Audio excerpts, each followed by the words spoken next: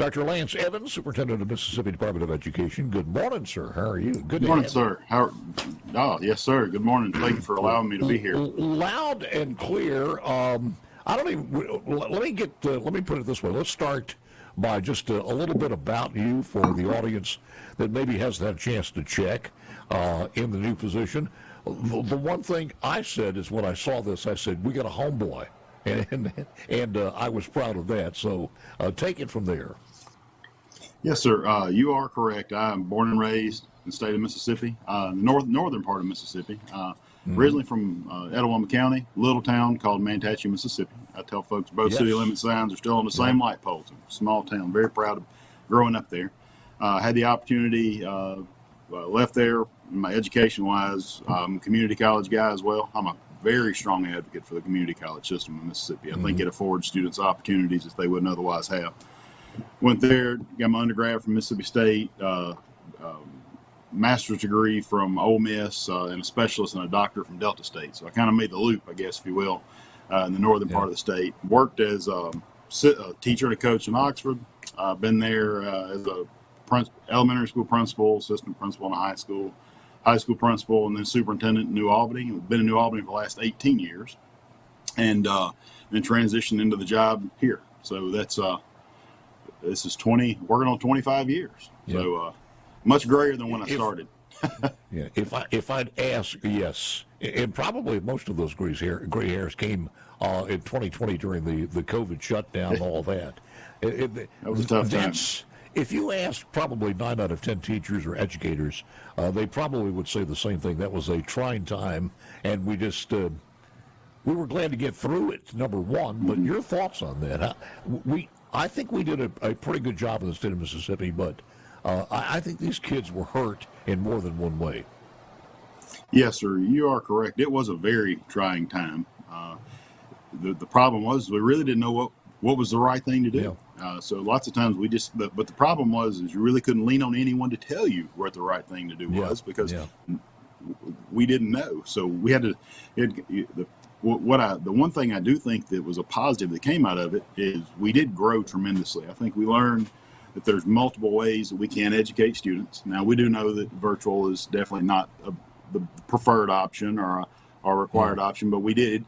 The fact that it caused our educators to broaden their perspective of how that educational process can take place there's a lot of value in that. And I think it also bled over into the evolution of using technology as an instructional tool in the classroom, because we were forced to do that the days that we were teaching virtual.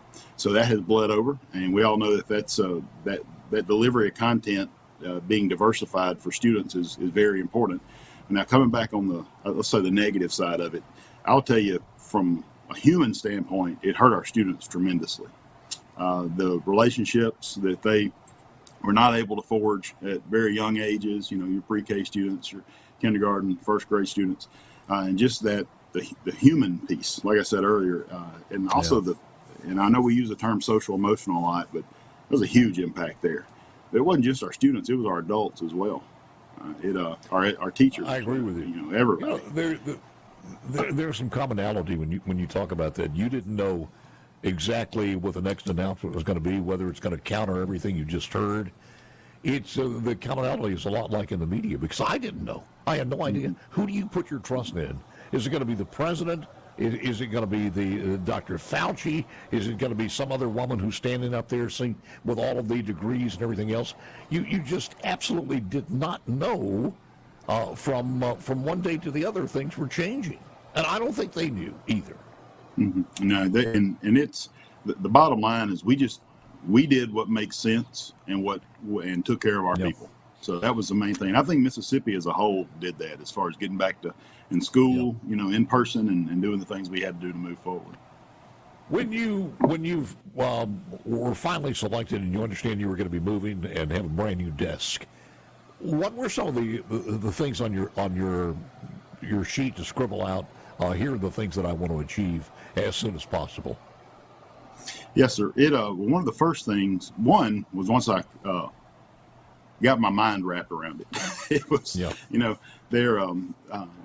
started the transition down. I was lucky, even though I wasn't confirmed till towards the end of the session. Started that transition process in January, as far as kind of doing two jobs, if you will, or beginning this process and doing my job back in New Albany.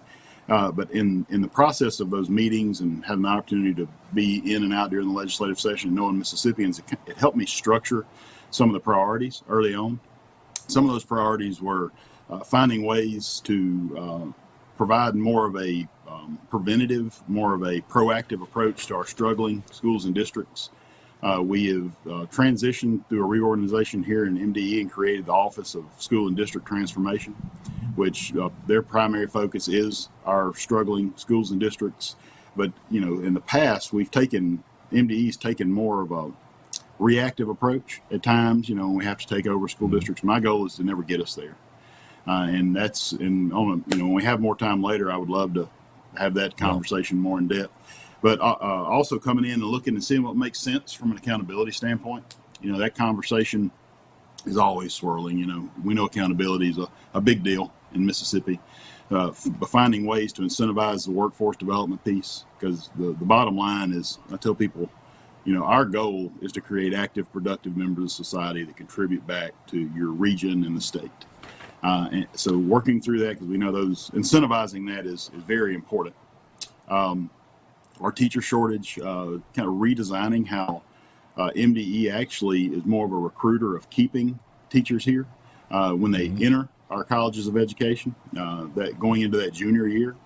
Think of us as I hate to say like a middleman, but almost like that, so that we are the person who's that first, Mississippi being a relationship state, those people that have the first contact lots of times end up having a better opportunity to retain people here for employment.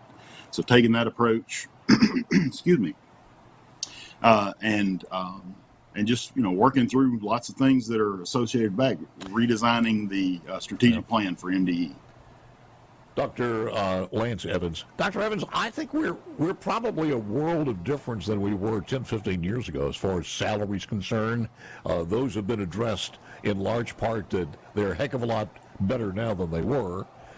And also as far as the funding, I do want to get to the funding because I haven't heard your assessment of exactly the MAEP versus the new one. Now we're on the new one over the summer. Educators and administrators had the opportunity to kick the tires on this new model of education funding. What do you think about it? Okay, without the air conditioner on in the background, it sounds a lot better to me, and I thank you, sir. And I want to get to this. We have a budget of about $3 billion. I think, is that what it is, around $3 billion? Yes, sir. Somewhere in that neighborhood. Yes, sir. Is that the $240 million additional on as far as the MSFF? That's the new one. Yes, sir. That is somewhere in the neighborhood of the total. When you look at all the funding sources, somewhere in the neighborhood of around. I would fact check me a little bit here. This is not exact, but around 3.2, somewhere in that neighborhood. So you're very close. It's somewhere in that ballpark. So you were giving us the assessment what you thought when one compared to the other, and we didn't get a chance to complete that. But your thoughts. Yeah, I'm sorry about that earlier. That fan was making some noise in the background, so I apologize for that. It was. Look, my ears are at 55 years of doing this, and I can't compete with an air conditioner. I'm sorry. I know. I apologize. So, yeah, I do think over the course of this legislative session, we did end up coming up with a good, in the end, I think we came up with a good product, if you will. I think it ends up in a situation to where students get the funding, schools get the funding. I think it was a win for everyone. And I'm pleased with it. Now, obviously, we have this 3-year period of time in which I'll use the term grace period, if you will, in which to ensure that districts receive that same funding as they have previously. So I'm sure there will be some kinks, if you will, that have to be worked out.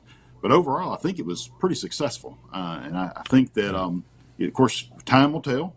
But I will tell you, one of the things that I have appreciated is at no point in time during the legislative session did I ever feel that our legislators did not want to make sure that public education was funded. Yep. So that was I always knew they would get to a point, and I was very appreciative of that working out in the end.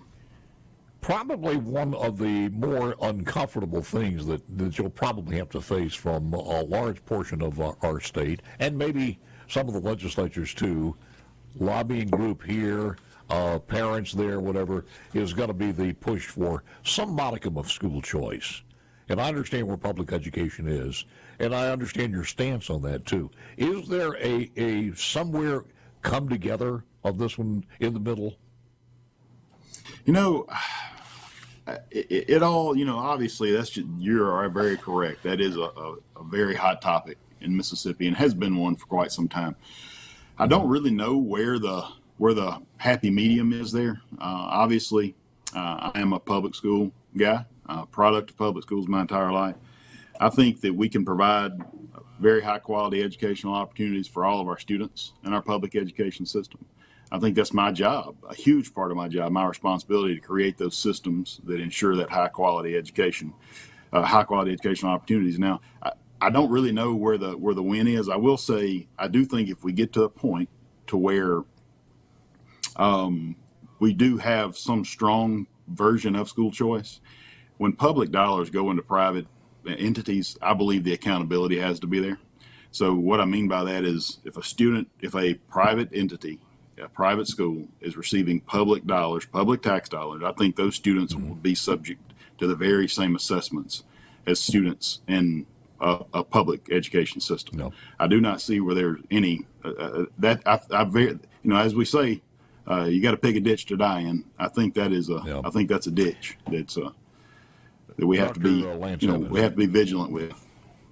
When you look at and you mentioned this before, the poor, underperforming schools who are just year after year, class year after year, underperforming, and the kids don't have a choice. They can't go to a private school. Very few parochial schools there.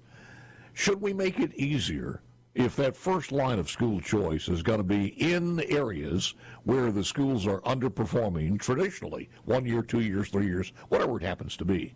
That a parent, it makes it easier for a parent to at least choose another public school. And if they have to take a kid there, there's no bus route, so be it. Yes, sir. And, that opportunity already exists.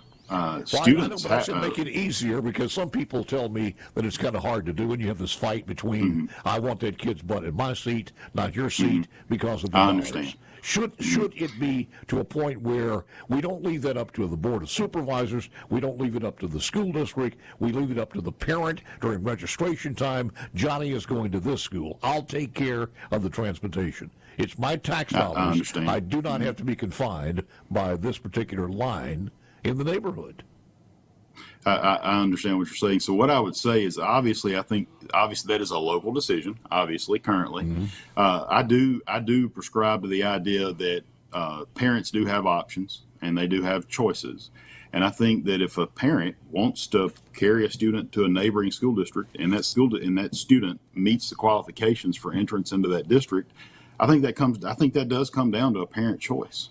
Now, there is as you said earlier, make that easier.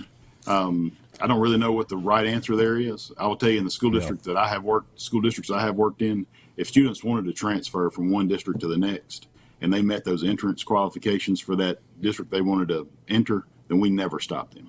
I mean, I feel that was just the right of the parent to do that. Yeah. Let's talk about chronic absenteeism. That's one of the things that we've got to face here. I didn't realize it was that bad. Apparently, in the state of Mississippi, it's almost. Are we leading the nation in that, or somewhere near the top? No, sir. We're not. It's okay. No, sir.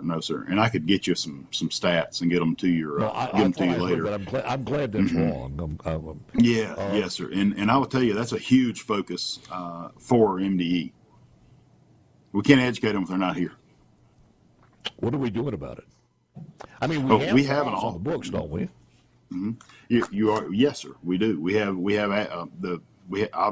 also have a department here that deals with it. We have school attendance officers, SAOs. There is a push, and I'm very supportive of the idea of taking our school attendance officers and putting them under the local school district superintendents. Mm-hmm. Currently, they're governed, if you will, or directed under the MDE. Now, I think the department needs to maintain a level of control to ensure that we are decreasing those absentee rates.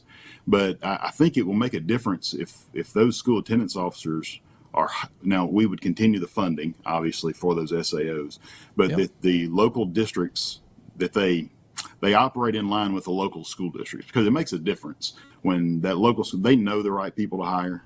People are more apt to work there from there. Yeah. Are you telling me that a truant officer is located, let's say, in Jackson, and if there's a problem in Hernando, they go there? Well, no, they're working in the area, but they're supervised from Jackson. I got you. I mean, have you known anybody, because there are fines, mandatory parenting classes, and there's even potential imprisonment in extreme cases. Do you know anybody who's been fined? I do, over the years, I do know of some that have been. I will tell you, it comes down to the judge in the city or county in which the school district rests, because the judges are the ones that make those decisions. You know, the school attendance officers. Yeah. You get to a certain point and they bring you to court, if you will. You know, they set that process in motion. Yeah. But we need our judges to really hold true to those and steadfast to those laws. I mean, if the laws are there for a reason. You know, that's it, to govern, and we've got to ensure that we're enforcing those laws to make sure that there's some teeth to them, if you will. I do want to, before we run out of time, I also want to ask you about we talked about digital learning, distance learning, and things such as that. Are we where we need to be as far as technology in most of our schools? You know, yes, sir. That's with some of the COVID funds that came in. You know, Mississippi as a whole did go 1-to-1.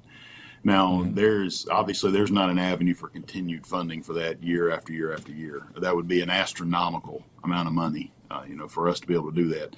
So I think districts have to be very responsible and understand the fact that they have to set aside money over the course of each year leading up to what we always refer to in our districts as a refresh of technology. Yeah. Because you do have to, as soon as you buy it, it's obviously depreciating. So, and technology we all know is moving forward. I want to get one more thing in here, and I look forward to getting you back. Please don't be a stranger. So many different things to cover. Real quick, your thoughts on the school year, calendar year, or the full year deal. Is that going to be a story that we'll continue and see more schools moving to the new calendar? Yeah, yes, sir. I think we will. I think that the major hindrance there is having the schools in your area transition with you, because what ends up happening is, yes, you can see the struggles there. I can see the positives. I think it from a I'm going to use the term mental health standpoint. I think it's great that every once in a while you have that built-in break. We got to get you back on, sir. I'll give you an A for the first time. You did a great job. Dr. Lance Evans, back with more. I sure appreciate you. Yes, sir. Have a good day.